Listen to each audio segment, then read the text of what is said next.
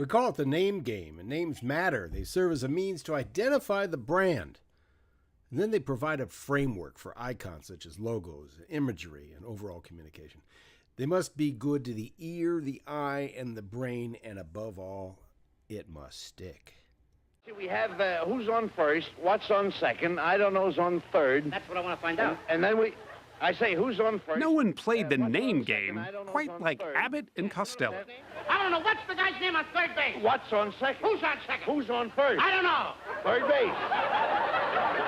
Poor Lou never did get the names right. It's a good bit, though. It starts really with asking yourselves, what's the story here? And you have to have a name that sort of supports that. And it's not all that different from what David Plosick goes through every day. It's not really about a love of names. It really is about solving problems. He's known as a namer. His company, Lexicon, based in Sausalito, California, has named some of the biggest products around. It came up with Outback for Subaru, A Chevrolet Malibu with the all-new OnStar with 4G LTE. OnStar for General Motors, Pentium for Intel, and the bottled water Dasani for Coca-Cola.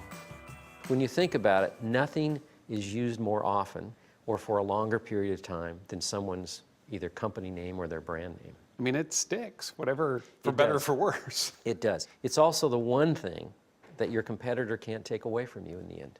We're about ideas, and so this is where we post ideas. He charges as much as $100,000 to name a new product. And it's not as easy as Don Draper makes it look on Mad Men. It's not called the wheel. It's called the carousel. I've never seen that moment in 30 years of doing this. It never happens like that. It doesn't happen like that. This is the needle of a Singer sewing machine, whose name and reputation you've known all your life. It used to be that successful product names were often family names, like Singer sewing machines or Hoover vacuum cleaners. But as companies got bigger and marketing came into the picture, people began making the decision that I've got to be bigger than my own name.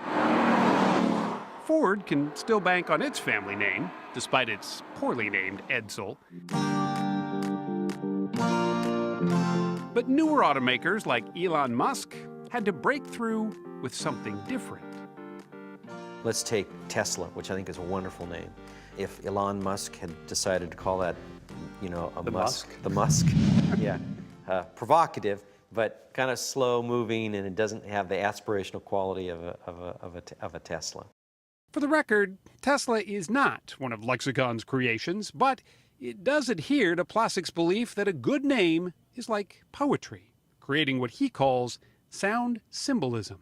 Individual letters create individual sounds, and those sounds evoke certain qualities.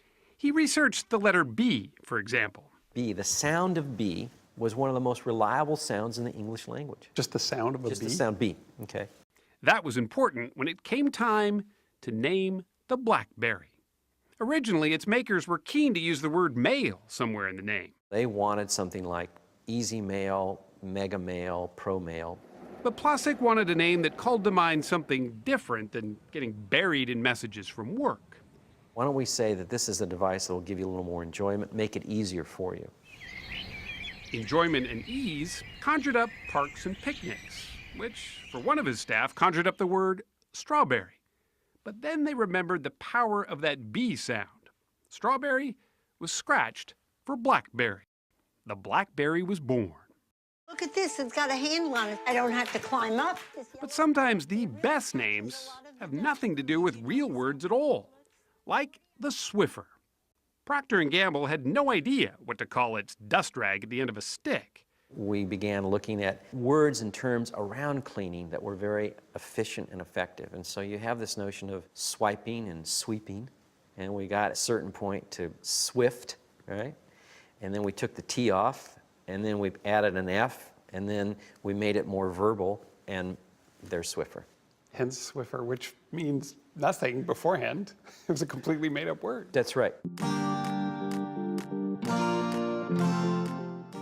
The only truth in the naming business seems to be that every product needs one, but no two can be alike.